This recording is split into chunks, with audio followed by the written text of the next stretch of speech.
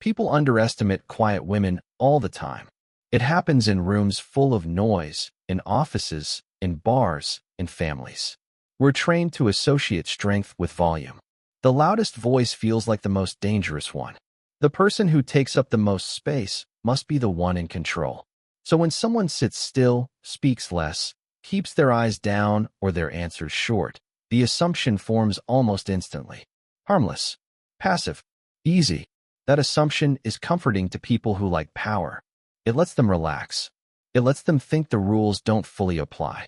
Because surely, if someone were capable of pushing back, they'd show it. They'd signal it. They'd warn you. That's the lie people tell themselves right before they cross a line. Underestimation is rarely accidental. It's built from stereotypes we absorb without noticing. Quiet means unsure. Reserved means weak. Polite means permission. And for women especially, stillness gets mistaken for submission. If she's not making eye contact, she must be afraid. If she's not arguing, she must agree. If she's alone, she must need help. These shortcuts feel efficient, but they're lazy and they're dangerous. The truth is, silence often comes from discipline, not fear. From control, not lack of it. Some people don't need to announce who they are because they already know. They've learned that showing everything gives away too much. They've learned that calm is an advantage. That listening reveals more than talking. That reacting slowly keeps you safe. People who've been through real pressure don't rush to fill the space. They don't posture.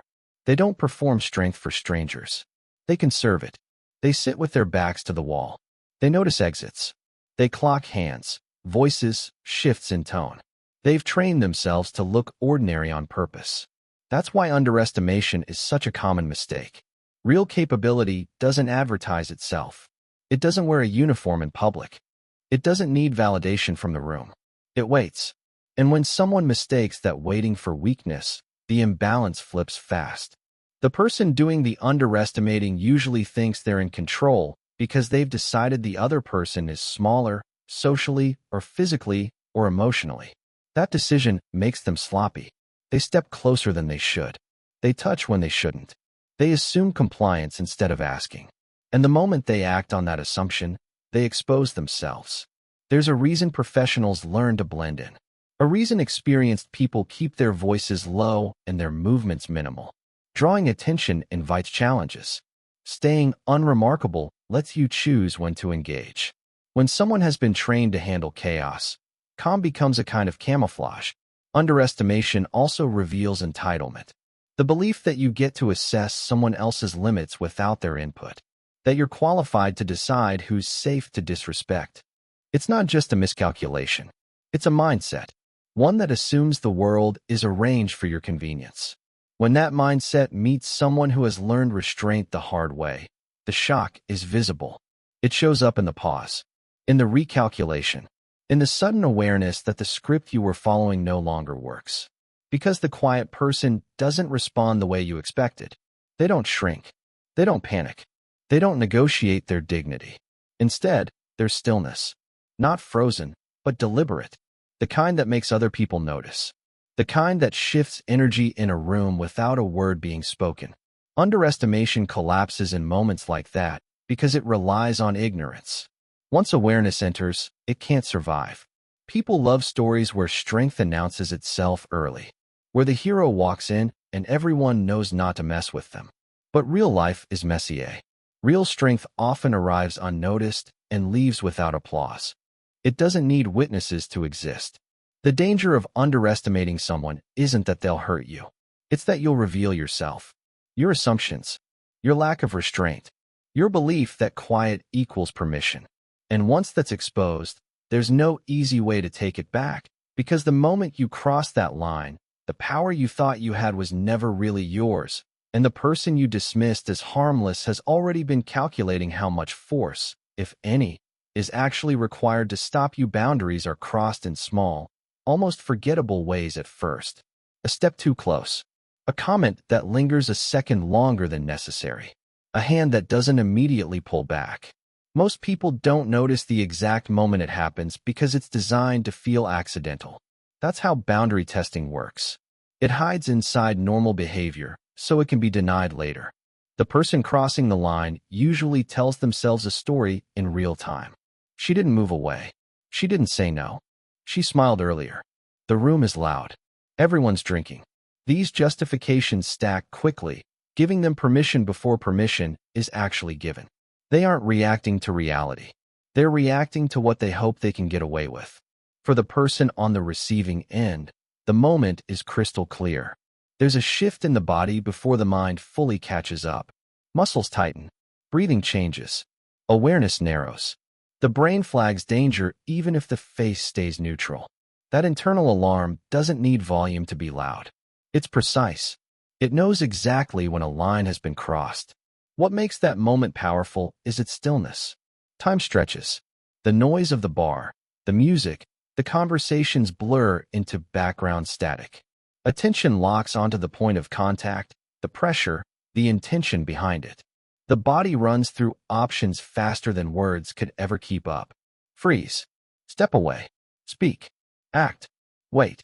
Most people think confrontation is loud. They imagine raised voices or dramatic reactions. But real boundary enforcement often begins in silence. A pause that shouldn't be there. A look that removes all ambiguity. The absence of the expected response throws the aggressor off balance. They were prepared for compliance or protest, not calm assessment. Crossing a boundary is a gamble. It relies on the belief that the other person won't respond in a way that costs you something. That belief comes from habit, from past experiences where nothing happened, where discomfort was swallowed, where silence was mistaken for acceptance. That's why people repeat the behavior. It's been rewarded before. But every situation carries its own variables. You don't know what someone has survived. You don't know what they've been trained to do. You don't know how many times they've rehearsed this exact moment in their head. The mistake is assuming your past outcomes apply universally. The instant a boundary is crossed, control shifts. Not outwardly, not yet, but internally. The person who was minding their own business is now actively evaluating you. Your posture, your balance, your awareness, whether you're alone or not, whether you'll escalate or retreat. That evaluation is quiet and fast, and once it starts, you're no longer interacting with a passive stranger. What's chilling about that moment is how ordinary it looks to everyone else. To the room, nothing has changed. Drinks are poured. Laughter continues. No one announces that a line has been crossed. But beneath the surface, the dynamic has altered completely. One person has revealed intent. The other has recognized it. People who respect boundaries never experience this shift because they never trigger it. They ask. They read cues. They back off without needing to be told. The ones who cross lines rely on social inertia to protect them. They assume the setting will keep them safe. Public. Casual. No one wants a scene. That assumption is fragile.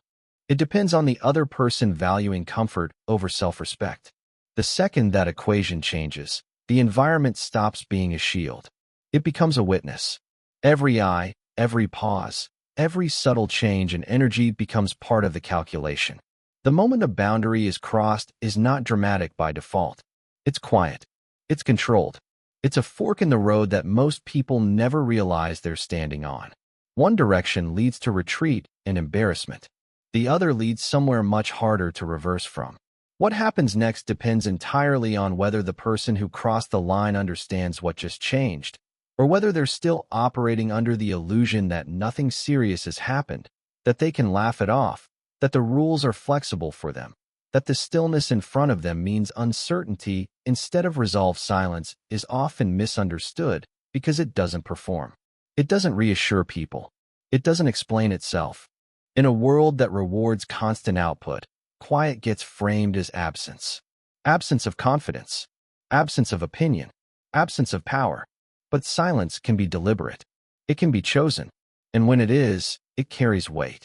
People expect weakness to sound a certain way. Hesitation. Apologies. Over-explaining. When those sounds don't appear, discomfort sets in. A quiet person doesn't give you emotional feedback to work with. You don't know if you're intimidating them or boring them. You don't know if they're afraid or unimpressed. That uncertainty makes people nervous, especially those who rely on control. Strength doesn't always announce itself. Sometimes it observes. It waits. It lets other people reveal their intentions first. Silence creates space, and in that space, patterns emerge. Who fills the gap too quickly? Who gets louder? Who starts justifying themselves without being asked? Silence invites people to show their hand. There's discipline in not reacting. It takes effort to stay still when something is wrong, to keep your face neutral when your instincts are firing. That kind of restraint isn't passive. It's trained. It comes from experience, from knowing that the first reaction isn't always the best one. That timing matters. That information is power. People who mistake silence for weakness often underestimate how much is happening internally. The calculations, the assessments, the quiet narrowing of options. Silence is not empty. It's focused. It strips away noise and leaves only what matters. In moments of tension, loud reactions can feel satisfying, but they also give away control. They telegraph emotion. They limit flexibility. Silence keeps possibilities open. It allows you to choose how and when to act instead of being pushed into a response by someone else's behavior. There's also safety in silence. Not every situation benefits from drawing attention. Not every boundary needs to be defended with words. Sometimes the strongest move is to let the other person feel the weight of what they've done without cushioning it with explanation or apology. Silence forces them to sit with their own discomfort. Quiet strength unsettles people because it doesn't play by familiar rules. It doesn't ask for permission to exist. It doesn't seek validation. It doesn't escalate just to prove a point. It holds ground without making a show of it. That kind of presence changes the dynamic of a room subtly, but unmistakably. People who have learned to survive high-pressure environments often develop this relationship with silence. When noise equals danger, calm becomes a tool. When panic spreads quickly, stillness becomes an anchor. Silence allows for clarity when everything else is chaotic. There's a reason interrogations use silence. A reason negotiations pause instead of push. Silence creates psychological pressure without visible force. It invites projection. People fill it with their own fears, assumptions, and tells. The quiet person gains information simply by waiting. When silence is chosen rather than imposed, it becomes an act of agency. It says, I don't need to explain myself to you. I don't need to rush. I'm comfortable right here. That confidence is felt even if it's never spoken. Weakness seeks reassurance. Strength tolerates ambiguity. Silence thrives in ambiguity. It doesn't rush to resolve tension just to feel better. It understands that discomfort isn't always a threat. Sometimes it's leverage. In social settings, silence can be mistaken for disengagement, but often it's the opposite. It's deep attention. It's noticing shifts in tone, changes in posture, glances exchanged across the room. It's being fully present without demanding to be seen. When someone expects a reaction and doesn't get one, they often escalate. They push further, talk more, reveal more. That's not because silence failed. It's because it worked. It removed the feedback they rely on and exposed the imbalance in the interaction. Silence as strength isn't about intimidation. It's about control. Control over yourself first, before attempting anything else. It's the refusal to be pulled into someone else's script. The decision to respond on your own terms, in your own time, with exactly as much force as the situation requires. Reputation doesn't always walk into a room with someone. Sometimes it arrives first, quietly, carried by whispers, by half-remembered stories, by the way people suddenly pause when a name is mentioned. It's not announced. It doesn't need to be. When a reputation is real, it changes behavior before explanations ever become necessary. Most people rely on introductions to define them. Job titles, credentials, stories they tell about themselves. But reputation is built when you're not there to manage it. It's shaped by what you've done under pressure, how you've handled yourself when no one was watching, what people say after you leave. That's why it's powerful. You don't get to edit it in real time. When someone's reputation precedes them, conversations shift. People choose their words more carefully. They watch their tone. They reconsider assumptions they'd normally make without thinking. Not because they've been threatened, but because they've been informed. Reputation is information compressed into instinct. What makes this kind of reputation different? is that it doesn't come from volume or visibility. It comes from consistency, from competence repeated enough times that it becomes expected, from restraint paired with capability. The kind of person who doesn't explain what they can do because the people who need to know already know. That's why reputation often speaks loudest in moments of tension. When something goes wrong, when someone oversteps, when a line is crossed and the room is waiting to see what happens next.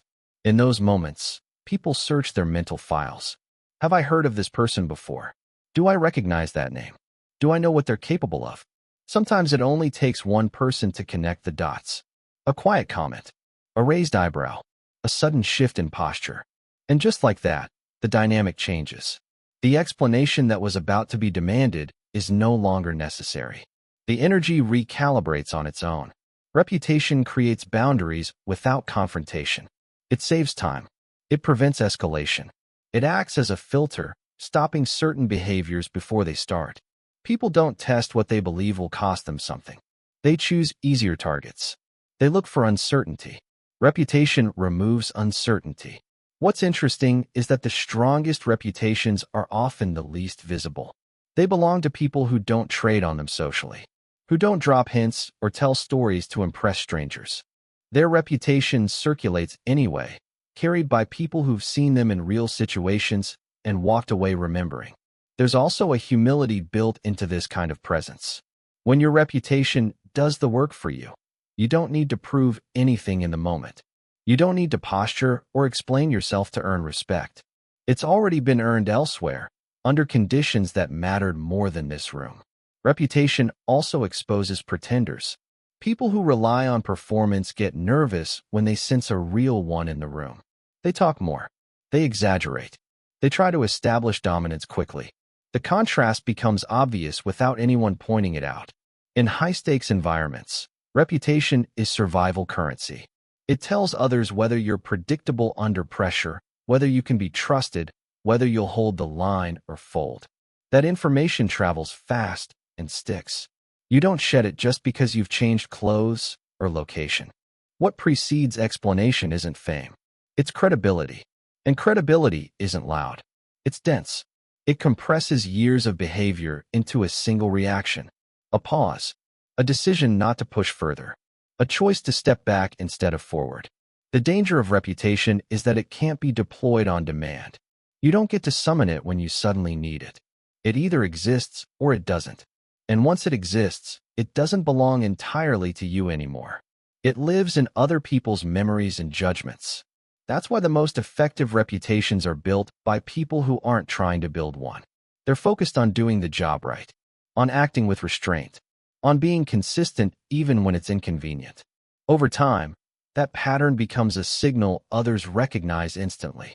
When someone says, "You don't want to do that," without raising their voice, without explaining why, and the situation immediately de-escalates, that's reputation at work. It's the weight of prior knowledge pressing gently but firmly on the present moment. No speech, no warning, no justification. Just a shared understanding that whatever was about to happen is no longer a good idea, and the person at the center of it doesn't need to say a word because the room already knows enough bystanders like to believe they're neutral, that they're just there to enjoy a drink, hear some music, mind their own business. But the moment something shifts, neutrality disappears. Everyone in the room becomes part of the situation whether they want to be or not. Energy doesn't change in isolation. It ripples. Most people sense tension before they understand it. A laugh cuts off too sharply. A voice drops. A chair scrapes when no one meant to move it. These are the small signals that register subconsciously. The body notices before the brain assigns meaning. That's when heads turn without anyone realizing why. At first, bystanders keep their distance emotionally. They tell themselves it's probably nothing, that they don't have the full picture, that stepping in would be awkward. Social settings train people to avoid disruption. Comfort is the default priority. As long as the situation feels ambiguous, inaction feels justified. But ambiguity doesn't last forever. There's a tipping point where the room collectively realizes something is off. It might be a look on someone's face, a stillness that doesn't belong, a reaction that doesn't match the moment. When that happens, attention sharpens. People stop pretending they're not watching. What's interesting is how quickly loyalty shifts. Not loyalty in a moral sense, but alignment. Bystanders unconsciously start assessing who holds real authority in the situation. Who seems calm? Who seems rattled? Who looks like they miscalculated? Power is contagious, and so is uncertainty. When the person who crossed a line starts to sense eyes on them, their behavior changes. They laugh too loudly. They explain too much. They try to reframe what just happened before anyone else can. That's not confidence. That's damage control. And the room feels the difference. Meanwhile, the person who is targeted doesn't have to say anything for the shift to continue. Presence alone can do it.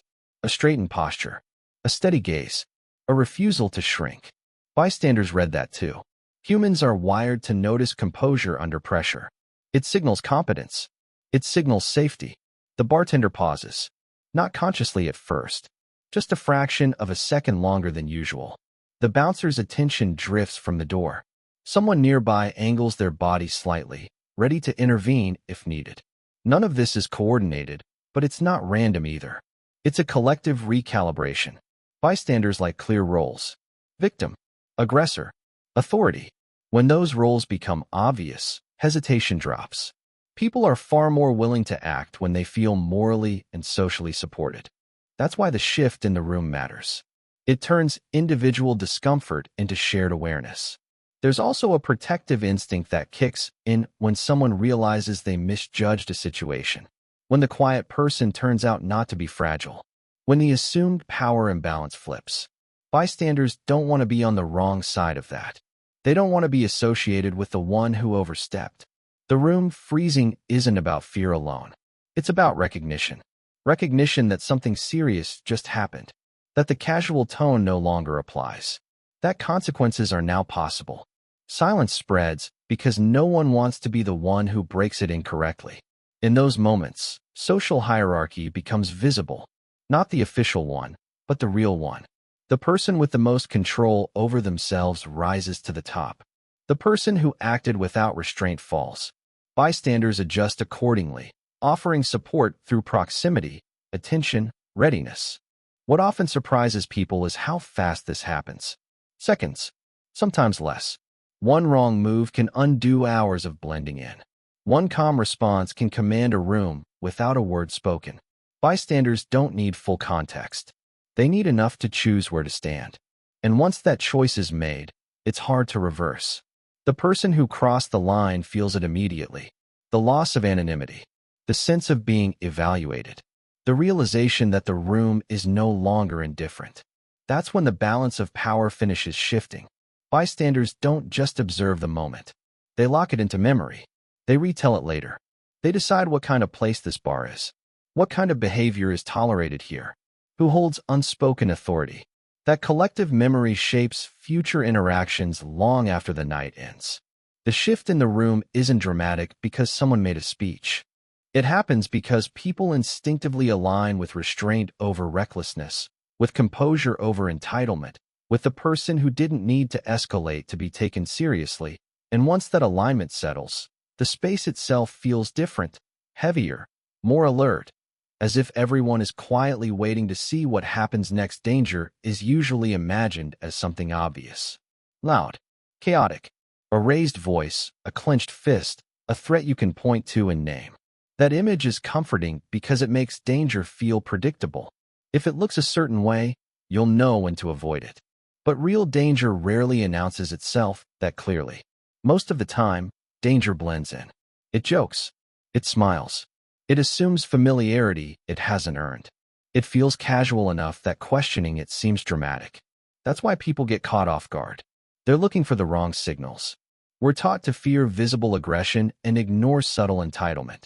We're warned about strangers in dark alleys, not acquaintances who lean in too close. Not the person who ignores a first boundary to see if they can get away with it. That kind of danger doesn't feel cinematic. It feels awkward. And awkwardness is something people are trained to tolerate. Redefining danger starts with understanding that discomfort is data, a slight tightening in your chest, the urge to step back, the sense that something is off even if you can't explain why. Those signals are often dismissed because they don't come with proof. but they're often the earliest warnings you'll get. People who cause real harm rely on that dismissal.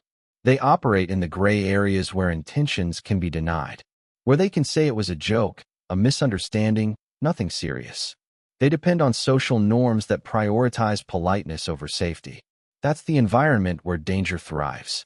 Strength doesn't always mean confronting danger head-on. Sometimes it means recognizing it early and adjusting accordingly. Choosing distance, choosing silence, choosing readiness. Those choices don't look brave in a dramatic sense, but they're effective. There's also a misconception that danger is always external, that it comes from someone bigger, louder, more aggressive. But sometimes danger comes from familiarity, from assuming someone is safe because they seem ordinary, from lowering your guard because the setting feels controlled. Bars, offices, parties, public spaces all create an illusion of safety through numbers. The belief that nothing bad will happen because people are watching. But watching doesn't equal intervening. And danger doesn't need privacy. It just needs hesitation. Redefining danger means shifting focus from appearances to behavior. Who ignores small refusals? Who pushes past discomfort? Who tests limits under the guise of humor or charm? Those patterns matter more than volume or size. It also means recognizing that calm can be misread. A person who doesn't react the way you expect isn't necessarily harmless. Composure isn't absence of capacity. In many cases, it's the opposite. Calm often belongs to those who know exactly what they're capable of and don't need to demonstrate it unnecessarily. People who understand real risk don't escalate quickly. They don't threaten. They don't posture. They assess. They conserve energy. They wait for clarity. That restraint can look like passivity to someone who equates danger with noise. That's why misjudgments happen. Someone assumes the quiet person isn't a factor, that they're not part of the equation. That assumption creates vulnerability, not in the quiet person, but in the one doing the assuming. Danger isn't always the person you should fear most. Sometimes it's the situation you underestimated, the dynamic you misread, the moment you thought would pass without consequence. Redefining danger means accepting that risk doesn't need to be dramatic to be real. There's also danger in believing you're immune, in thinking you're experienced enough to spot it every time. Overconfidence dulls perception. It convinces you that you'd know if something was wrong. But danger often arrives disguised as normal. When people talk about strength, they often focus on physical ability or authority. But one of the most effective forms of strength is discernment. The ability to read a situation accurately without needing validation. To trust your perception even when it contradicts the tone of the room. Redefining danger also changes how you see protection. It's not always about stepping in loudly or taking control. Sometimes it's about positioning. Awareness. Being ready before anyone else realizes readiness is needed. The most dangerous assumption is that danger looks the same in every context. That it follows a script. That it gives warnings in a familiar format. Once you let go of that idea, your attention sharpens. You stop waiting for obvious signals and start noticing patterns, inconsistencies, pressure points. And once you see danger as something subtle, something that operates quietly until it doesn't have to anymore, you also start to recognize a different kind of power.